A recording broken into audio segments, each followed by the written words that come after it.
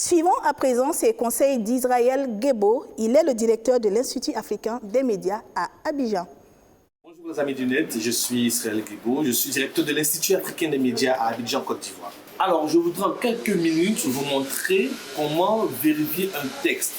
Bien souvent, vous recevez du texte, vous voyez du texte sur les réseaux sociaux ou sur votre compte WhatsApp. Il est important de vous assurer que la source est bonne, elle est crédible. Je vais vous montrer un petit outil que vous connaissez certainement, qui s'appelle Google. Avant de commencer, vous devez d'abord copier le texte là où vous l'avez vu. Donc, que ce soit sur les réseaux sociaux, sur Facebook, sur Twitter ou sur WhatsApp, copiez le texte. Ensuite, vous allez sur Google, donc vous tapez dans la barre d'adresse www.google.com. Dans la page qui s'affiche, vous allez dans la barre de recherche, vous ouvrez les guillemets, vous collez le texte que vous avez au préalable copié, vous fermez les guillemets, ensuite vous lancez la recherche avec la petite icône de recherche qui est à côté de la barre de recherche. Donc vous cliquez dessus, vous allez voir la provenance du texte. Est-ce que c'est un texte qui vient d'une source crédible, d'une source officielle, ainsi de suite, pour vous faire une idée. Les guillemets permettent d'affiner la recherche, d'aller chercher le texte là où il a été publié et vous donner une meilleure précision en termes de résultats.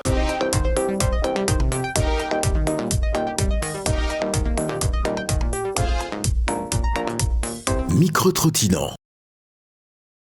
Je voudrais vous parler des 3 attitudes, des 3 postures à faire devant une fake news.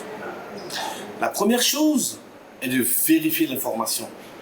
Parce que toute information qui vient à vous, même quand elle vient des canaux officiels, n'est pas forcément crédible. Donc vous avez la possibilité, vous avez le devoir de vérifier cette information-là avant de l'envoyer autour de vous, avant de la propager autour de vous.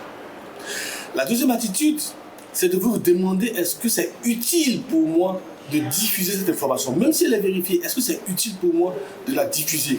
Parce qu'une information peut être vraie, mais elle peut ne pas être utile de la diffuser ou de la propager. Ça peut être une photo sanglante, ça peut être du contenu qui porte atteinte aux droits de l'homme, qui porte atteinte même à l'honorabilité d'une personne. Est-ce que c'est utile de la diffuser?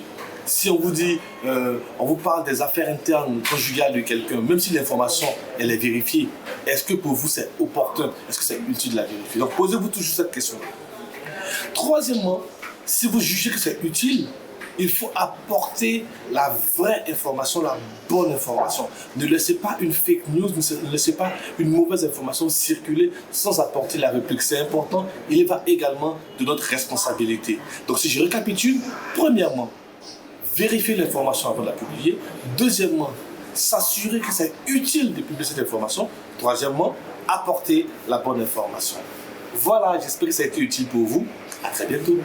Merci à Israël Guebo qui, on se souviendra, lors d'un échange l'année dernière à la saison 2 d'Aminette, a eu à bien dire cette phrase « Dans le doute, on ne partage pas. Dans le doute, on ne partage pas. »